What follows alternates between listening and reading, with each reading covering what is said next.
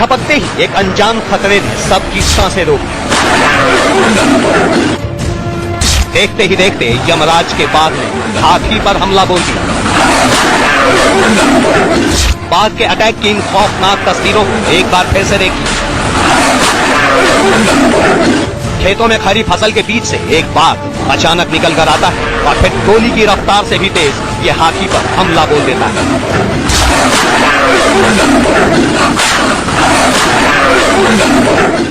12 feet ऊंचे इस विशालकाय हाथी पर सवार लोगों को शायद ये अंदाजा भी नहीं रहा होगा कि बाघ एक ही छलांग में इतनी ऊंचाई तक भी हमला कर सकता है।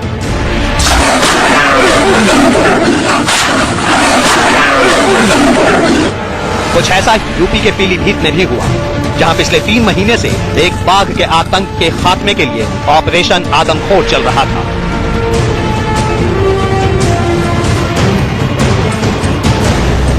तस्वीरें देखिए, 2 अलग अलग हाथियों पर सवार होकर ट्रैंक्विलाइज टीम आदमखोर बाघ को ढूंढने की कोशिश कर रही थी। गन्ने के खेत में बाघ के लोकेशन का पता लगाया जा रहा था। पूरी खामोशी और पूरे एहतियात के साथ झाड़ियों की टोह ली जा रही थी, लेकिन तभी अचानक गन्ने के झुरमुट से बाघ निकलता है और हाथी पर हमला कर देता है।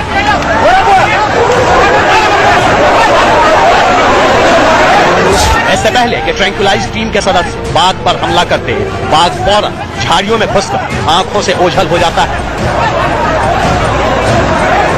वन विभाग की टीम के तमाम एहतियात के बावजूद बाघ उनकी पकड़ में आते आते रह जाता है।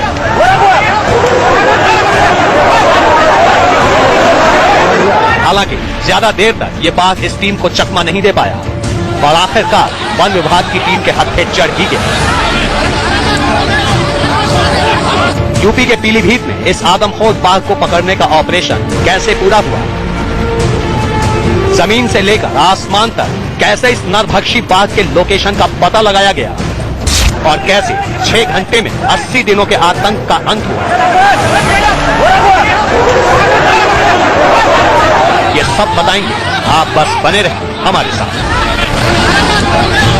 पीलीभीत से वैभव शर्मा के साथ bureau report, India news. Uttar Pradesh के पीलीभीत में लोग आज राहत की सांस ले रहे हैं, क्योंकि वन विभाग की टीम ने एक बड़े ऑपरेशन को अंजाम दिया और आखिरकार उसमें कामयाबी भी उन्हें मिली और इस बाघ को पकड़ लिया गया। वैसे 3 महीने से रिहायशी इलाकों में घूम रहे इस आदमखोर बाघ को पकड़ना इतना आसान नहीं था। आपको बताएं, बाघ को जब भी पकड़ने की कोशिश की जाती, ये लोगों पर हमला करके खेतों की तरफ भाग निकलता था। कुछ इसी तरीके से वन विभाग ने भी पूरी तैयारी की थी और फिर वो इस बाघ को पकड़ने के लिए जुट गई। मुंबई से भी उपकरणों को मंगाया गया, जमीन से लेकर आसमान तक बाघ पर घंटों नजर रखी गई और आखिरकार इस बाघ को पकड़ लिया गया।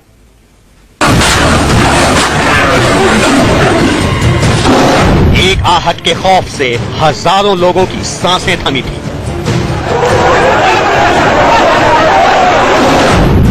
तीन महीने से 36 गांव के लोगों की नींद उड़ी थी।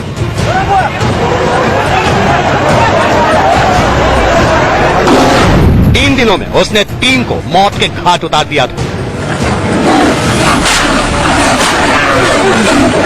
लोग चाहे घर में हो या खेत खलिहान में, हर पल उस आदमखोर टाइगर का डर लोगों के जहन में खौफ बनकर मंडरा रहा था। खौफ उस मौत का जो रात के अंधेरे में अपना शिकार तलाशने निकलता था। इंसान, जानवर, जो कोई भी उसके सामने आता था वो उसे अपना निवाला बना लेता था। पिछले 3 महीनों में ये आदमखोर टाइगर 6 लोगों को अपना शिकार बना चुका था, लेकिन आखिरकार उसके आतंक का अंत हो गया।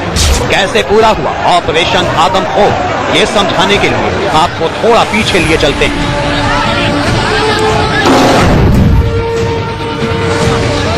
इंसानों का खून पीने वाले आदमखोर टाइगर को ढूंढने के लिए जमीन से लेकर आसमान तक नजर रखी जा रही है।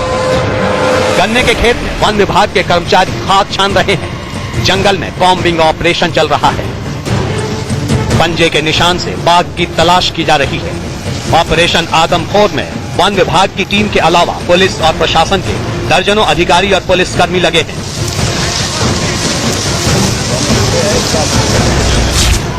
पांच किलोमीटर के इलाके में बाघ को लोकेट करने के लिए आसमान में ड्रोन कैमरा मंडरा रहा है।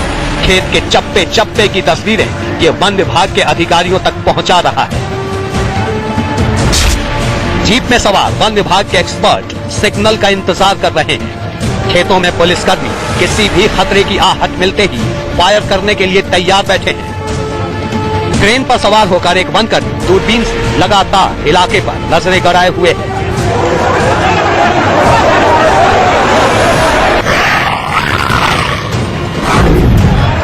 इस दौरान वन विभाग के अधिकारियों को गन्ने के इस खेत में बाघ की मौजूदगी का पता चलता है। ट्रैंक्विलाइज टीम फौरन हरकत में आती है। 4 अलग अलग हाथियों पर सवार होकर ये टीम 2 हिस्सों में बंट जाती है और फिर गन्ने के इस खेत में बाघ को ढूंढने की कोशिश शुरू होती है। लेकिन तभी झाड़ियों के बीच से बाघ निकलता है और हाथी की सूंड पर हमला कर देता है।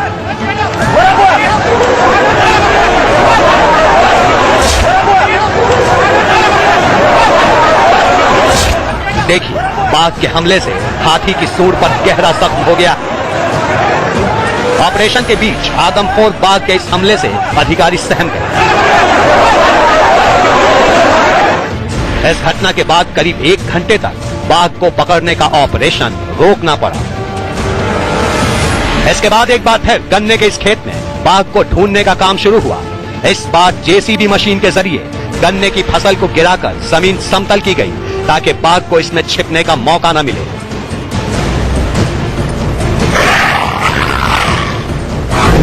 इसके बाद बाघ के पैरों के निशान का पीछा करते हुए ट्रैंक्विलाइज टीम एक बार फिर बाघ के बेहद करीब जा पहुंची।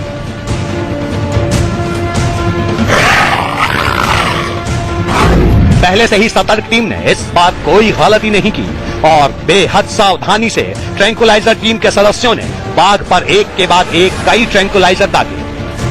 ट्रैंक्विलाइजर लगते ही बाघ बेसुध होकर गिर पड़ा। बाघ के गिरते ही आसपास के खेतों में पहले से ही मौजूद सैकड़ों गांव वाले बाघ की तरफ दौड़ पड़े। इन लोगों के सिर पर जैसे खून सवार था। बाघ के पास पहुंचते ही ये लोग बाघ को मारने पर आमादा हो गए।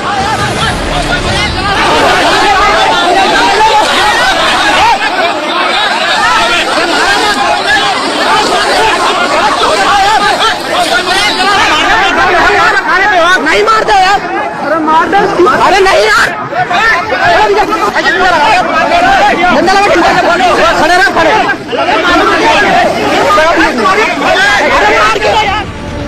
पीलीभीत से वैभव शर्मा के साथ ब्यूरो रिपोर्ट, इंडिया न्यूज।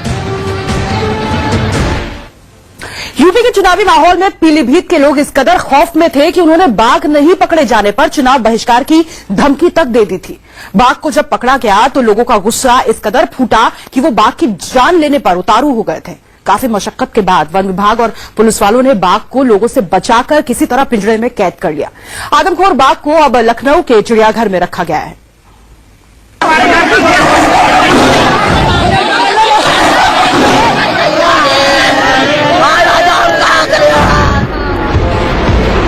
कहते हैं एक बार बाघ को इंसान के शिकार की आदत पड़ जाए तो वो नरभक्षी हो जाता है। उत्तर प्रदेश के पीलीभीत में भी कुछ ऐसा ही हुआ। पिछले साल 27 नवंबर को